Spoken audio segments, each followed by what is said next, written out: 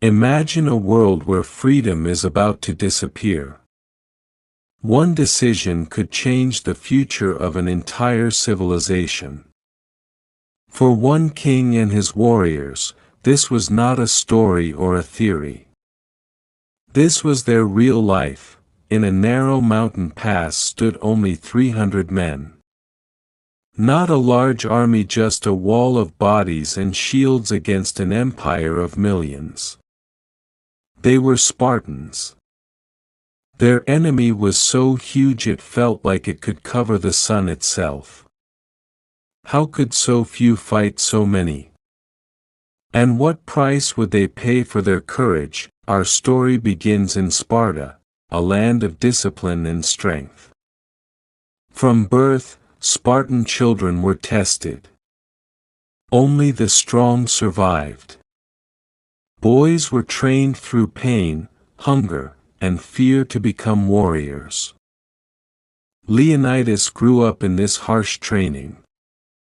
He learned to fight, to endure cold and hunger, and never to fear death. Before becoming king, he was first a Spartan. A warrior, far away, a massive empire was rising: Persia, led by King Xerxes. He believed himself to be a god and demanded total submission. His messengers came to Sparta asking for earth and water, symbols of surrender. Leonidas rejected the demand. He chose freedom over fear and openly defied Xerxes. In Sparta, the king could not act freely. The ephors, corrupted by Persian gold, consulted the oracle. The message was clear: Sparta must not go to war during the holy festival. Leonidas knew this was manipulation. He could not take the full army, but he found a way. He would march with his personal guard. Only 300 Spartans. Before leaving, Queen Gorgo gave Leonidas powerful words: "Come back with your shield, or on it, no tears. Only strength." On the journey, they gathered a few allies and moved toward Thermopylae, a narrow pass between the mountains and the sea. A perfect place to stop a large army. The Persian army arrived like a living ocean. Soldiers, archers, elite fighters, far more than the Spartans. Xerxes expected fear. Instead, Leonidas smiled and said, "Then we will fight in the shade." Angry and shocked, Xerxes sent his elite force, the Immortals.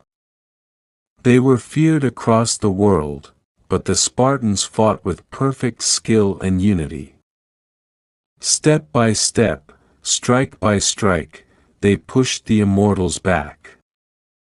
The confidence of the Persian Empire began to crack. Victory seemed possible until betrayal arrived. Ephialtes, a rejected Spartan, wanted glory. When Leonidas refused him, Ephialtes turned to Xerxes. He revealed a hidden mountain path that allowed the Persians to surround the Spartans. Leonidas learned the truth. They were trapped. He ordered the allies to leave and survive, but the 300 stayed. Retreat was not their way. They would fight not to win, but to send a message: freedom is worth dying for. At dawn, the Persians attacked from all sides. The Spartans charged forward with everything they had. Leonidas fought fiercely until arrows filled his body. With his last strength, he threw his spear at Xerxes, a final act of defiance. The Spartans protected their king's body and fought until the last man fell. The Spartans lost the battle, but they won something greater. Their sacrifice gave Greece time to unite and prepare. Their courage inspired an entire nation. They proved that strength is not in numbers, but in will. They fought not just for land but for the idea of freedom. their stand at Thermopylae became a symbol that even the greatest empire can be challenged, so we ask ourselves what is worth fighting for. And how far would we go to protect it?